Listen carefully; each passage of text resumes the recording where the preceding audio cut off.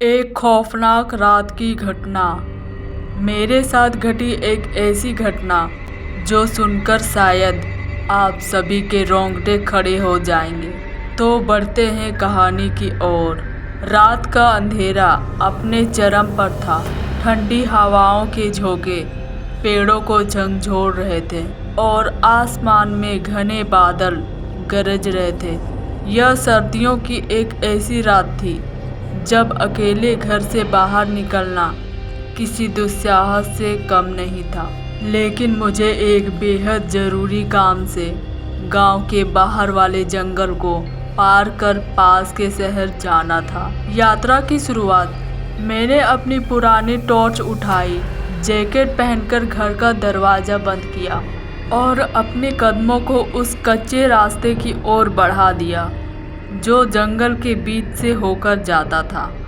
मेरे कदमों की आहट सुनसान रात में साफ सुनाई दे रही थी। चारों ओर सन्नाटा था, लेकिन मेरे दिल में एक अजीब सी घबराहट हो रही थी। जंगल का वह रास्ता आमतौर पर दिन में भी सुनसान रहता था, लेकिन रात के इस वक्त वह रास्ता किसी भूतिया दुनिया जैसा लग रहा था।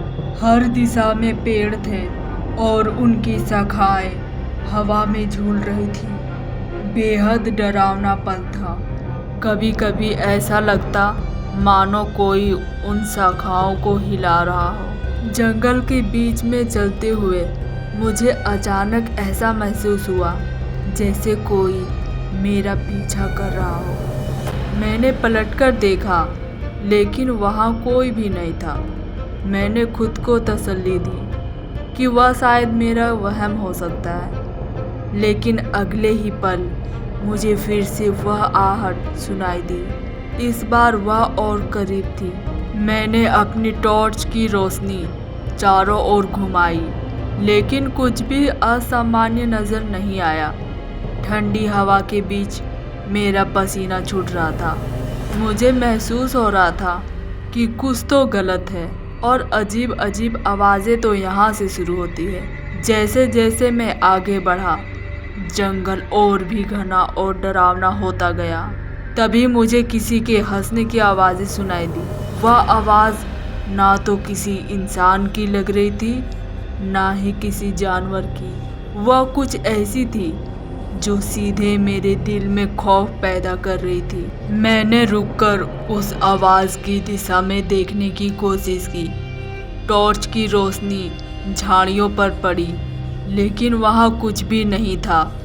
तभी झाड़ियों के पीछे से एक साया तेजी से गुजरा। मेरा दिल जोर जोर से धड़कने लगा। मैं वहाँ से भागने की सोच ही रहा था कि तभी अचानक टॉर्च बंद हो गई। अब मैं बिल्कुल घने जंगल के बीच अंधेरे में था। ठंडी हवा की सरसराहट और सूखे पत्तों की चरमराहट मुझे अंदर तक झंझोड़ रही थी। मैंने टॉर्च को 2-3 बार झटका दिया और वह किसी तरह चालू हो गया।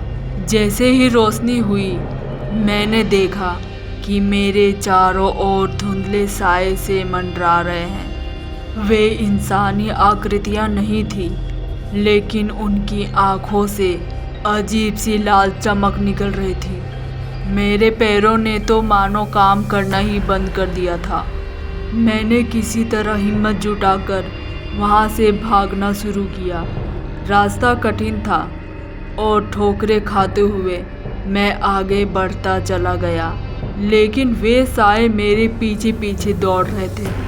उनकी अजीब हंसी और फुसफुसाहट मेरे कानों में गूंज रही थी।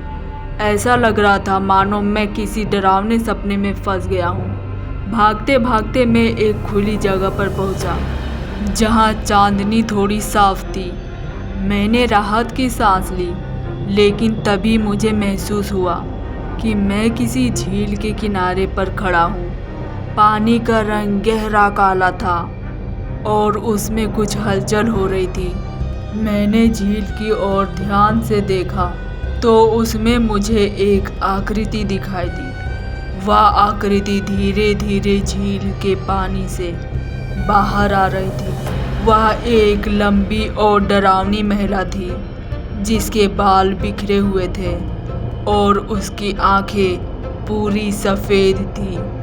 उसने मेरी ओर देखा और एक खौफनाक आवाज़ में कुछ कहा जो मैं समझ न पाया। उसकी ओर देखते ही मेरा शरीर कांपने लगा, मेरे पैर जड़ हो गए। वह मेरे करीब आ रही थी और मैं चाहकर भी हिल नहीं पा रहा था। तभी झील के दूसरी ओर से किसी ने मेरा नाम पुकारा। मैंने उस दिशा में देखा तो वहाँ एक बूढ़ा आदमी खड़ा था। उसने मुझे इशारे से अपनी ओर बुलाया। मैं किसी तरह खुद को संभालते हुए उसकी ओर दौड़ा। उस आदमी ने मेरी ओर देखते हुए कहा, तुम्हें यहाँ नहीं आना चाहिए था। ये शापित जगह है। जो भी इस झील के पास आता है वो कभी वापस नहीं लौटता। मैंने घबराते हुए पूछा, ये सब क्या हो रहा है? ये कौन है? उसने गुस्से में जवाब दिया, यहाँ आत्माएं भटकती है। ये वो लोग हैं जिन्होंने यहाँ कभी पाप किए थे। ये तुम्हें अपने साथ ले जाना चाहती है। बूढ़े आदमी ने मुझे वहाँ से निकलने का रास्ता तो बताया, लेकिन यह भी चेतावनी दी थी कि मैं पीछे मुड़कर ना देखूं। मैं दौड़ता हुआ उस दिशा में बढ़ा, लेकिन तभी मुझे लगा कि कोई मेरा हाथ पकड़ने की कोशिश कर रहा है। मैंने जैसे तैसे खुद को छुड़ाया और अपनी दौड़ जारी रखी। पीछे से चीखें और रोने की आवाज़ें आ रही थी। ऐसा लग रहा था मानो पूरा जंगल जाग गया हो। मैं पूरी तरह ताकत लगाकर दौड़ रहा था। जब आखिरकार मैं जंगल के बाहर पहुंचा तो मैंने पीछे मुड़कर देखा।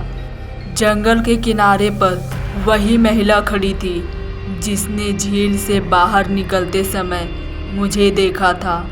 उसकी सफ़ेद आंखें अंधेरे में चमक रही थी और उसके पीछे वे साए खड़े थे। उसने धीरे धीरे अपना हाथ उठाया और मेरी ओर इशारा किया। मैंने डर के मारे अपनी आंखें बंद कर ली और गांव की ओर भागा और वे साए मेरे पीछे पीछे दौड़ रहे थे। मैंने अपनी ताकत पूरी लगाई और दौड़ना चालू किया, भगवान को याद करते हुए। लेकिन वे साए मेरे पीछे पीछे रेल की तरह दौड़ रही थी।